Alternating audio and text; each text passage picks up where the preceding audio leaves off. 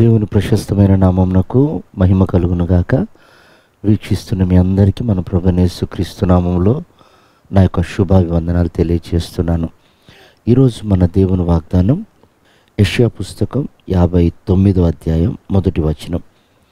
మీ దోషములు మీకును మీ దేవునికి అడ్డుగా వచ్చును.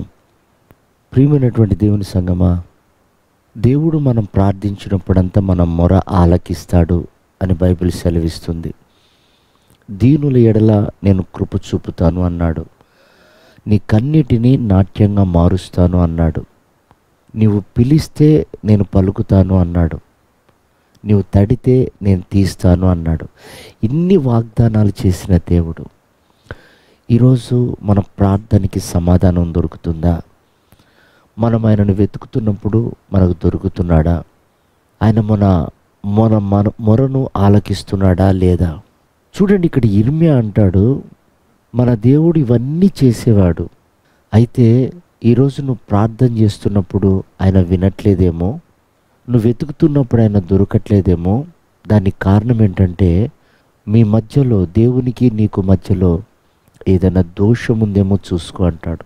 ప్రియమైన వారలారా, దేవునికి మనకి మధ్యలో ఏదైనా గోడ అడ్డుగా ఉంటే ఆయన ముఖం మరుగు చేసుకుంటాడు. మన ప్రార్థనకు సమాధానం రాదు. మనం ఎంత వెతికినా ఆయన దొరకడు. కాబట్టి ఆయన పరిశుద్ధుడు. మీరు పరిశుద్ధులగుటకు పిలువబడ్డారు అన్నాడు. ఈ రోజున ప్రియమైనటువంటి దేవుని సంగమా, ప్రభువును మనం అడుగుతున్నప్పుడు, ప్రభువును మనం వెతుకుతున్నప్పుడు మనం ప్రభు ఎదుట యథార్థంగా ప్రవర్తన కలిగి ఉండాలి.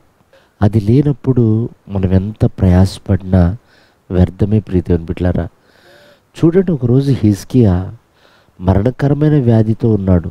అతడు చెయ్యనటువంటి వైద్యం లేదు, తిరిగినటువంటి స్థలం లేదు. అతను కలిగిందంతా కూడా పోగొట్టుకున్నాడు. మరణానికి సిద్ధపడి పడకలో ఉన్నప్పుడు దేవుడు ఒక ప్రవక్తను పంపి మాట్లాడతాడు.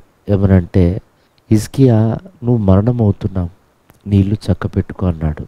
అతడు చేసిన ప్రార్థన ఏమిటంటే, ప్రభువా, నీ సన్నిధిలో నేను యథార్థంగా బ్రతికిన దినం జ్ఞాపకం చేసుకో అన్నాడు. ఆ ఒక్క మాట ప్రభు గుండెకి తగిలింది. ప్రభు మనసు మార్చుకున్నాడు.